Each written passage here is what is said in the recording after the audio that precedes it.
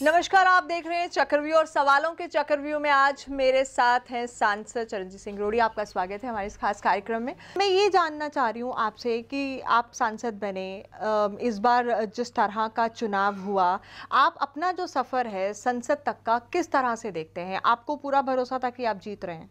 देखिए, मैं शुरू से ही मेरा ये राजनीतिक जो सफ़र है 2005 से लेकर सबसे पहले मैं गांव सरपंच बना गांव लोड़ी का 2000 से लेकर 2005 तक।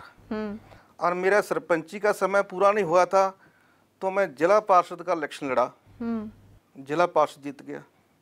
और मेरा जिला पार्षद का टर्न अभी पूरी नहीं हुई थी, 6 महीने रहंदे सी, रहंदे विच ही मैं MLA का इलेक्शन लड़िया श्रोमणी अकाली दल ते इंडियन नेशनल लोक दल पार्टी वालों कालां वाली हल्के तो मैं उत्थों जितया।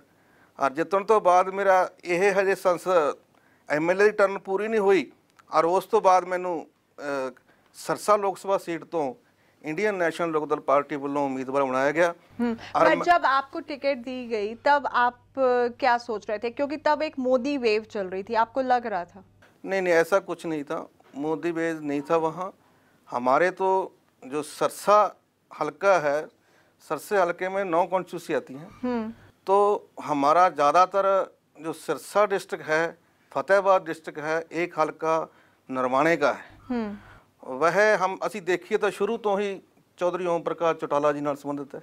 उत्थे फैक्टर चलने का तो मतलब ही कोई नहीं सीगा, लेकिन सानू ये उम्मीद सीगी कि असी 2.25 लाख 1.5 लाख के हिसाब नाल जितांगे, लेकिन साडे थोड़ी जी कमी रही कि असी 1,15,700 ते 35 वोटर। अच्छा, ऐसा था कि पूरे लोकसभा चुनाव में इंडियन नेशनल लोक दल की 2 ही सीटें आई, एक आपकी और दूसरी हिसार की दुष्यंत चौटाला की।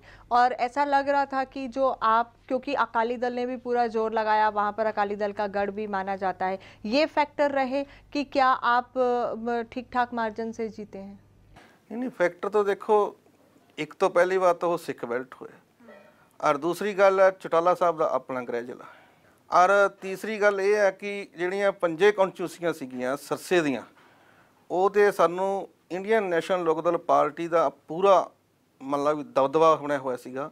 ਔਰ ਜਿੱਥੇ ਅਸੀਂ ਦੇਖੀਏ ਕਿ ਕਈ ਜਿਹੜੀਆਂ ਕਾਲਾਂ ਵਾਲੀ ਹੈ, ਐਲਾਹਾਬਾਦ ਹੈ, ਨਰਵਾਣਾ ਹੈ, ਰਤੀਆ ਹੈ, ਡਾਵਾਲੀ ਹੈ, ਐਲਾਹਾਬਾਦ है, पूरे मार्जिन के नाल सानू उत्थे समर्थन मिलने की उम्मीद भी सी और मिलिया भी है।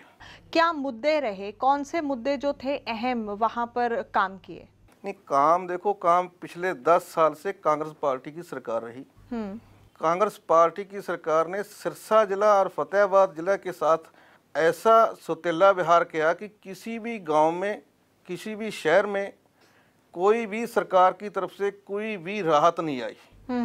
और दूसरा कारण, यहाँ के जो सांसद थे वो सांसद कैसे गए, कैसे बन गए, लोगों में ये हवाड़ आती कि ये राहुल गांधी का बड़ा नज़दीकी है, राहुल गांधी के साथ रहता है, सोनिया गांधी के साथ रहता है, ये हमारे सिरसे को ऐसे कर देगा। लोगों ने ऐसे लेखे में आके उसको वोट डाल दिए। तो आपको लगता है कि अशोक तंवर वहाँ कुछ नहीं करवा पाए? वहाँ मैं नहीं कह रहा, ये सिरसा जिला और फतेहाबाद जिला सारे की आवाज़ है, इसीलिए तो इतनी बड़ी हार हुई है। नहीं, अगला हरियाणा कांग्रेस पार्टी का अध्यक्ष हो और इतनी बड़ी हार हो, ये तो हो ही नहीं सकता, क्योंकि वो प्रेजेंट MP था। तो लोगों ने उसको नकारा। क्यों नकारा? एक तो लोगों में जाना आना नहीं, लोगों के काम नहीं करने, ज़्यादा उसका संबंध दिल्ली के साथ था और दिल्ली में ही रहता था। और देखो, आजकल लोग चाहते हैं कि हमारे बीच रहे, चाहे हल्केबाज रहे, चाहे जलेबाज रहे, चाहे मंडियाबाज रहे, क्योंकि आजकल दुख सुख में जाना, शादी गमी में जाना, ये लोगों का पहल के आधार पे है। तो आपको ये लगता है कि अशोक तंवर भले ही कांग्रेस के प्रदेश अध्यक्ष थे, उसके बावजूद वहां से सांसद भी थे, इसलिए हार गए क्योंकि लोगों के बीच नहीं जाते थे? अभी आपको लगता है, क्योंकि अभी भी वही प्रदेश अध्यक्ष हैं, भले ही चुनाव हार गए हों, कांग्रेस को दोबारा से एकजुट करने की कोशिश भी कर रहे हैं, तो क्या आपको लगता है कि अब कोई फर्क पड़ा है? नहीं, देखिए, ऐसा कुछ नहीं है। लोगों ने एक बार प्रत्याना था, लोगों ने एक बार देख लिया।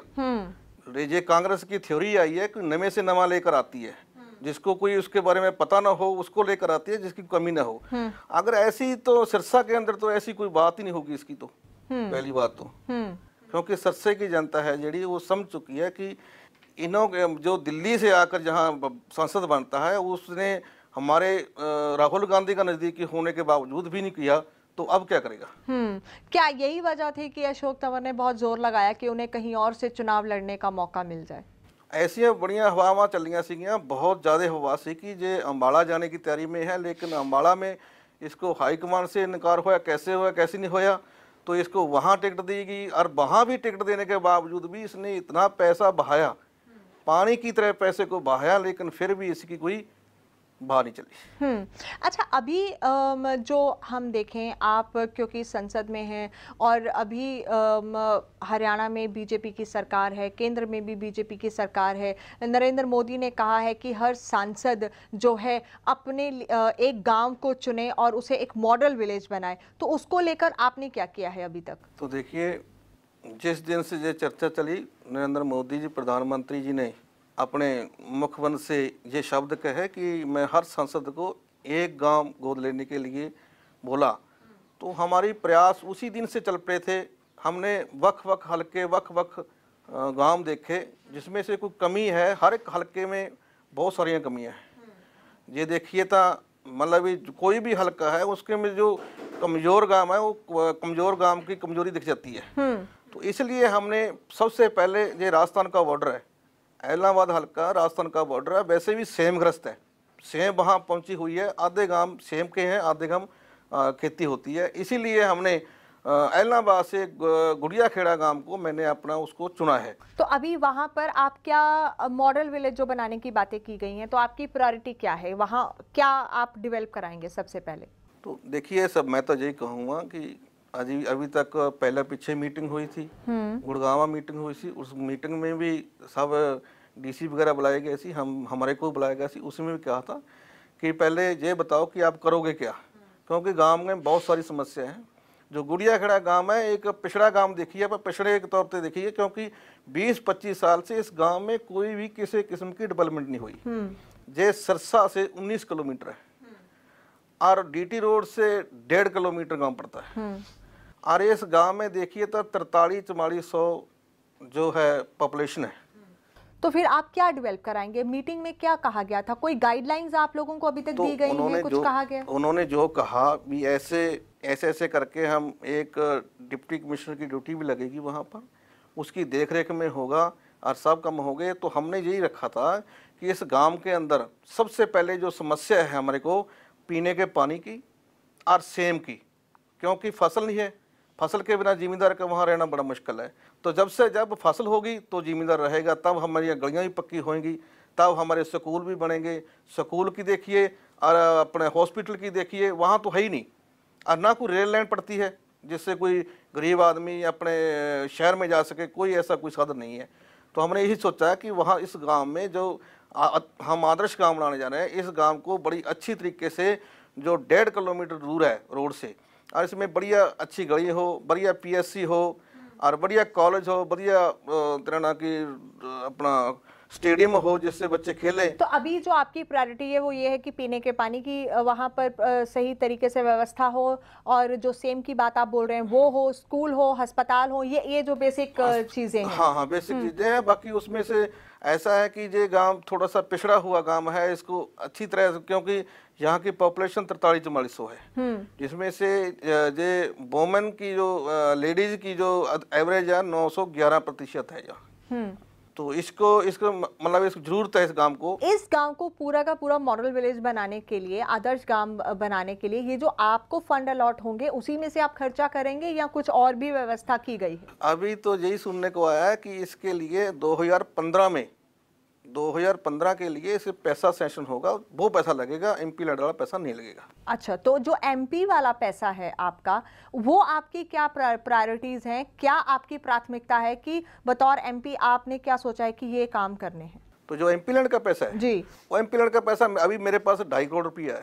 पहली किस्त 2.5 करोड़ पाई थी, और मैं सारे गाँव में जाके आया हूँ। सभी गाँव की जो समस्या है, ज़्यादातर तो पानी की समस्या है, और पानी की और लाइट की, ये 2 समस्या है। 2 समस्या को लेकर हमने गांव में देखा है, कहीं तो ट्यूबवेल लगाना है, पीने का पानी कमी है, कहीं कोई पाइपलाइन पानी है, वाटर बॉक्स का काम है, कहीं कोई लाइट का काम है, कहीं लाइट नहीं है ढाणियों में या डेरों में लाइट का काम है, या कोई और स्कूल में कमरे की बात है, चाहे कोई और मतलब ये जो ऐसी संस्था है जिनके पास मतलब ये पैसा नहीं है और वो सेवा कर रही हैं, तो हमारी यही प्रॉपर्टी है कि हम उसको संस्था को पैसा दें ताकि हमारे गरीब आदमी के लिए अच्छा हो।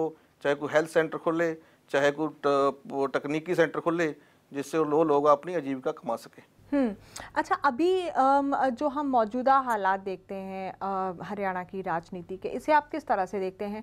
इनेलो, क्योंकि विधानसभा चुनाव भी हुए और लोकसभा में सिर्फ 2 ही सीटें इनेलो के पास आईं और अभी भी इनेलो काफ़ी नीचे आ गई विधानसभा चुनाव में, किस तरह से देखते हैं आगे? देखिए, हम नहीं, ये सारा हरियाणा कह रहा था, ये सारे हरियाणा की आवाज़ सी, हम नहीं कह रहे कि हम जीत रहे थे, सारा हरियाणा कह रहा था। 14 तारीख 13 तारीख तक यही सारी पॉलिटिक्स कह रही थी कि इंडियन नेशनल लोकदल पार्टी की सरकार बढ़ रही है। लेकिन 2 दिनों के अंदर अंदर, चाहे तो हम इसको डेरे का फैक्टर मान लें कि डेरे ने फैक्टर लाया है। क्योंकि हमारी ऐसी सीटें 37 सीटें ऐसी हैं जो 3 वोट से लेकर 3000 के मार्जिन से हारी हैं।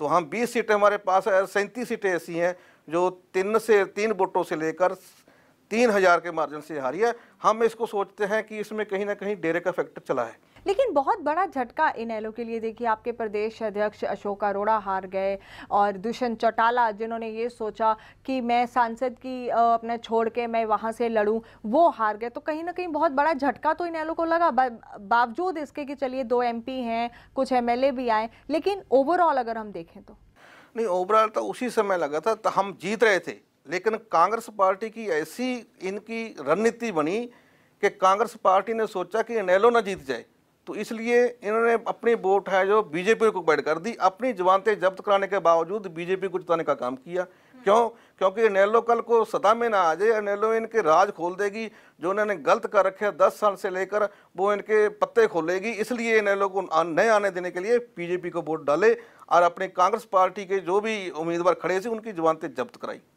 तो एक कांग्रेस की सोची समझी चाल थी कि ये पार्टी आगे ना जी। लेकिन इतने लंबे समय तक अब इनेलो सत्ता से दूर है। आप देखिए 9 साल पहले हो गए, 5 साल अब ये, और इतने समय तक बाहर रहने के बाद अब अपने कैडर को और अपने लोगों को साथ जोड़ के रखना बहुत बड़ी एक चुनौती है। क्या देखते हैं? देखिए, ये परिवार है, जो ये परिवार इनेलो परिवार चौधरी देवीलाल का परिवार है। जो देवीलाल का वर्कर है वो उसको 10 साल हो जाए, चाहे 12 साल हो जाए, चाहे 8 साल हो जाए, उसके साल से नहीं मतलब। उसको सिर्फ चौधरी देवीलाल की जो परंपरा चल रही है, देवीलाल चौटाला साहब के, जो चौटाला साहब ने काम संभाल रखा था पिछले साल 2000 से लेकर 2005 तक सरकार रही है, और उस सरकार के अंदर जो काम किया, लोगों की आस्था है कि इंडियन नेशनल लोकदल पार्टी ऐसी पार्टी है, जब भी सरकार सत्ता में आएगी तो हरियाणा को बहुत बढ़िया प्रशासन। लेकिन ये तो फिर वही बात होगी ना, ये तो परिवारवाद की राजनीति ही हो गई। और आज कुछ लोग कहते हैं कि परिवारवाद की राजनीति से ऊपर उठकर कुछ अलग होना चाहिए। क्या ये भी एक वजह थी, क्योंकि परिवारवाद को लोगों ने हरियाणा में नकार दिया, इसलिए अब बीजेपी को मौका दिया? नहीं, ऐसा देखिए, ये तो कह रहे हैं कि ऐसा हुआ है। हाँ। जाटवाद का है जो वो है, तो लेकिन हम समझते हैं कि इंडियन नेशनल लोकदल पार्टी एक जाटवाद की पार्टी नहीं, ये सभी धर्मों की पार्टी है। लेकिन आपके कुछ लोग खुद ये मानते हैं कि इतने लंबे समय तक, इतने सालों तक सत्ता से दूर रहने के की वजह से कुछ नुकसान तो पार्टी को होगा और हो रहा है, और हो भी गया, और मतलब जब हो रहा है तो हम समझते हैं कि ऐसे बहुत सारियां समस्या देखने को आ रही हैं कि क्या होगा कि पार्टी का। लेकिन हमारी तरफ से यही प्रयास है कि इंडियन नेशनल लोकदल पार्टी उसी तरह मजबूत रहे जिस तरह पहले मजबूत थी। और मेरे को तो पूरा अनुमान है, देखो मैं सारी हरियाणा की तो कह नहीं सकता, लेकिन सिरसा की मैं जरूर कह सकता हूँ, सिरसा सीट कह जाए। नहीं, वो चलिए आपकी बात मान लेते हैं, क्योंकि सिरसा से इनेलो का सांसद भी है, वो भी एक कारण है। कुछ ऐसी सीटें हैं, अब देखिए, अब आप उचाना की बात मान ले, वहां पर दुष्यंत चौटाला लड़े, उसके बावजूद वो हार गए, चौधरी बीरेंद्र की जो पत्नी है वो जीत गई। तो ये एक बहुत बड़े बड़े सेटबैक थे जिसको हम नकार नहीं सकते। इस बार इनेलो को ये बड़े बड़े झटके सहने पड़े हैं। मैं कहता हूँ सहने पड़े हैं, लेकिन दुष्यंत जी का एक कल्ला निर्माणा उचाना हल्का में नहीं था। दुष्यंत जी का 90 के 90 हल्कों में जाना था। लेकिन वीरेंद्र सिंह जी का वो वही एक हल्का था जिसमें वो वहीं रुके हुए थे, चाहे उसके बच्चे थे, चाहे वो बाप था, उसी हल्के में जुड़ रहे। और जो दुष्यंत जी है उसको तो कहीं कहीं और मीटिंग करनी पड़ती थी, इसी कारण से हम पीछे रहे। देखिए, अब वो हम कुछ भी कहें, लेकिन एक बात तो तय है कि जिस जिस तरह से इनेलो इस बार सपने देख रही थी कि हम दोबारा सत्ता के पास आएंगे, सत्ता के इतने करीब आकर भी सत्ता से इतनी दूर चले जाना और पार्टी को फिर एक साथ, कैडर को एक साथ रखना, ये एक बहुत बड़ी चुनौती इनेलो के लिए अब ये 5 सालों में होने वाली है, क्योंकि 9 साल पहले और 5 साल अब ये। देखिए, मैं तो मानता हूँ ये भी है चुनौती, हमारे सामने बहुत बड़ी चुनौती है। हम, हमारे पर वजन है जो हमारे पर है, हम 2 सांसद हैं, हमारे पर वजन बहुत ज़्यादा है, लेकिन हम यही सोचते हैं कि देखो, जो इंडियन नेशनल लोकदल पार्टी का वर्कर है, मैं नहीं कहता कि वो दूर जाएगा, वो दूर नहीं जाएगा, किसी को छोड़कर नहीं जाएगा पार्टी को। चौधरी ओम प्रकाश चौटाला जी जेल में है, अजय सिंह जी जेल में है, तो ये भी हमारी पार्टी को बहुत बड़ा धक्का लगा है। इसको इलेक्शन में भी इसका धक्का लगा है। तो ये सरकार ने हमारे साथ जायजती की है, तो फिर भी हमने सोचा कि हमारी 20 सीटें आई और 37 सीटें तीन वोटों से लेकर 3000 तक हम हारे, तो ये भी हमारी बड़ी उपलब्धि है कि हम 57 सीटें वाकई पूरे करते थे। अभी जो मौजूदा राजनीति हम देखें, हरियाणा में बीजेपी पहली बार फुल मेजॉरिटी में सत्ता में है। अभी आप किस तरह का बदलाव और ये नई सरकार की कारगुजारी देख रहे हैं? क्योंकि संसद में भी आप देखते हैं बीजेपी की सरकार, सेंटर में भी है, संसद में आप खुद जाते हैं, और हरियाणा में भी बीजेपी की सरकार है। क्या फर्क देख रहे हैं? देखिए, आज देखिए, मैं तो अखबारों में पढ़ता हूँ और टीवी में सुनता हूँ, आज बीजेपी के सांसद, बीजेपी के विधायक ही ये कह रहे हैं कि क्या हो रहा है, उनको ये नहीं पता है कि क्या हो रहा है। तो आप देखिए, रोहतक के अंदर 2 लड़कियों के साथ बड़ा अभद्र व्यवहार हुआ है, तो उसमें सरकार की किरकिरी है और क्या है। नए कदम सरकार उठा रही है, रिटायरमेंट एज को लेकर एक उन्होंने जो रोल बैक किया, कम कर दी रिटायरमेंट एज, ये जो अभी तक के सरकार के फैसले, इसे आप किस तरह से देखते हैं? देखिए, सरकार ने जो फैसले लेने हैं वो तो सरकार लेगी, लेकिन सरकार ने जो पहले 58 साल की आजू के लिए किया था, वो हुड्डा जी ने बहुत करके गए थे, अब इन्होंने रिजेक्ट कर दिया। और जो पंजाब का वेतन देने के लिए बात कही थी वो भी इन्होंने रिजेक्ट कर दी, और जो 2000 पेंशन के लिए की थी वो भी कहते हम 5 साल में देंगे।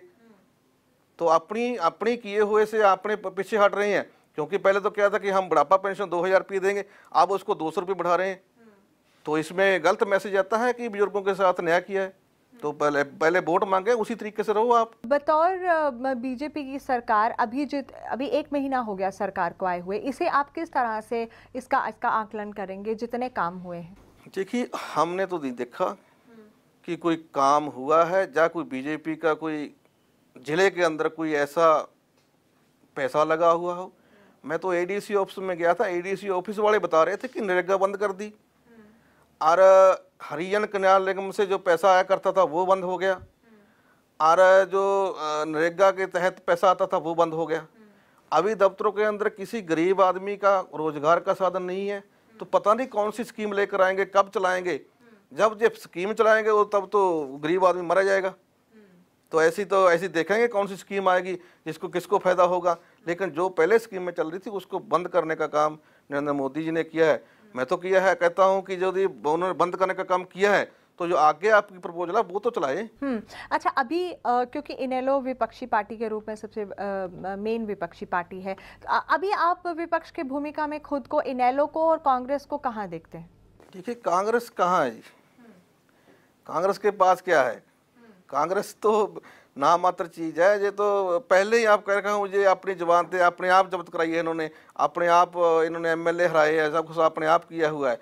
तो हम बड़ी party Indian national Lok Dal party है, यही अगर एक साल का अल्टीमेट दिया है हमारे नेता अभय सिंह चौटाला जी, जो विपक्ष के नेता है, उन्होंने 1 साल के लिए सरकार को कहा कि आप अच्छे काम करोगे तो सरकार के साथ रहेंगे, अगर गलत काम करोगे तो सरकार के खिलाफ भी होंगे, विधानसभा में बोलेंगे, और सड़कों पर जाकर भी अपना जो प्रदर्शन होगा वो भी करेंगे। अच्छा, ये बताइए कि इनेलो अभी अपने आप को दोबारा से उठाने के लिए क्या स्ट्रेटजी बना रही है? इनेलो के जो बड़े नेता हैं उनके क्या निर्देश हैं? देखिए, ये तो हमारे प्रदेश अध्यक्ष जी का पीछे बयान आया था और अभय सिंह जी का बयान आया था कि जो प्रदेश कार्यकारिणी है, जैसे स्टेट लेवल से लेकर ब्लॉक लेवल तक सारी भंग की गई है, और दोबारे वार दूरे तो शुरू करने वास्ते है कि जो ज़मीनी से जुड़े हैं, जो वर्कर काम करते हैं गांव में, उनको उस कमेटियों में लिया जाएगा जो कि दोबारे कार्यकारिणी शुरू करें, ताकि हम शुरू से ही पहले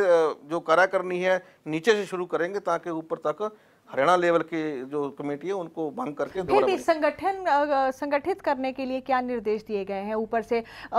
मतलब आपके जो बड़े नेता हैं वो आपको क्या निर्देश अब दे रहे हैं? क्योंकि बहुत से ऐसे लोग भी थे जो इस चुनाव के दौरान कुछ आपके बड़े नाम भी अलग हो गए थे। नहीं ऐसे है, कोई देश तो यही है भी अच्छे बंदे देखो, जो काम करने वाले आदमी है, वो फर्जी आदमी नहीं चाहिए, काम करने वाले आदमी देखो, हर हलके में देखो, हर ब्लॉक में देखो, हर डिस्ट्रिक्ट में देखो, कौन काम करता है, कौन काम कर सकता है, कौन जोड़ सकता है, उसके लिए ड्यूटी लगाई गई है। सभी हलकों में सभी जो वहाँ के कैंडिडेट थे, जहाँ विधायक बने हुए हैं, उनकी ड्यूटी है, वो उसकी कार्रवाई कर रहे हैं। जो जनवरी महीने में इसका जो कार्यकारिणी है वो पूरी हो जाएगी। और कोशिश की जा रही है कि कैडर ना टूटे, लोगों को साथ जोड़ के रखा जाए। हाँ, ये तो है ही, ये तो हमारा जो प्रयास है, हम वो नहीं है इंडियन नेशनल लोकदल पार्टी का, चाहे तो विधायक हो, चाहे एमपी हो, चाहे प्रधान हो, उसका मकसद ही है जे गांव में जाना और हर गांव में जाकर उसके दुख तकलीफ में जाना, उसकी शादी गमी में जाना। ये हमारा इंडियन नेशनल लोकदल पार्टी का कैडर है कि हमने तो कोई भी दिन ऐसा खाली नहीं रहेगा, चाहे कोई एमपी हो, चाहे हल्का प्रधान हो, हर गांव में जाके जहां कोई दुख तकलीफ हो उसकी तकलीफ को सुनना है और वर्करों से मिलना है, मिलके उनको यही कहना है कि मतलब आगे के लिए हम तैयारी कर रहे हैं। अच्छा, ये बताइए, जिस तरह से सारे सांसद अपने एक गांव को गोद ले रहे हैं, क्या आपको लगता है कि सभी विधायकों को भी एक गांव गोद लेना चाहिए? ये एक अच्छी पहल होनी चाहिए। बड़ी अच्छी बात है, जब हम 5 लेंगे 5 साल में, तो विधायक भी 5 लेंगे तो 10 गांव हो जाएंगे, तो वो अपने अपने हलके में से ले लेंगे। बड़ी अच्छी बात है। मतलब एमपी को मेरे पास 5 गांव है और 9 मेरे हलके हैं, तो मेरे तो 4 हलके तो नाराज ही होंगे। तो लेकिन फिर भी मैं तो ये कहूँगा कि सरकार जिस तरह प्रधानमंत्री जी ने जो योजना चलाई है, तो हरियाणा सरकार भी ये ऐसे ही फैसला ले जो लोगों को मतलब ऐसा काम भी मिले। और जो पहले तो हमारे को क्या है, अब तो हमारे को 5 करोड़ रुपये मिलता है और हरियाणा गवर्नमेंट के अंदर तो विधायकों के पास कोई पैसा ही नहीं है। और वो कहाँ जाएंगे, क्या करेंगे? लोग मांग कर रहे हैं क्योंकि विधायक जीते हुए हैं, लेकिन उनके पास देने के लिए पैसा नहीं है। तो विधायक फंड होना चाहिए। तो विधायक फंड तो जरूर होना चाहिए।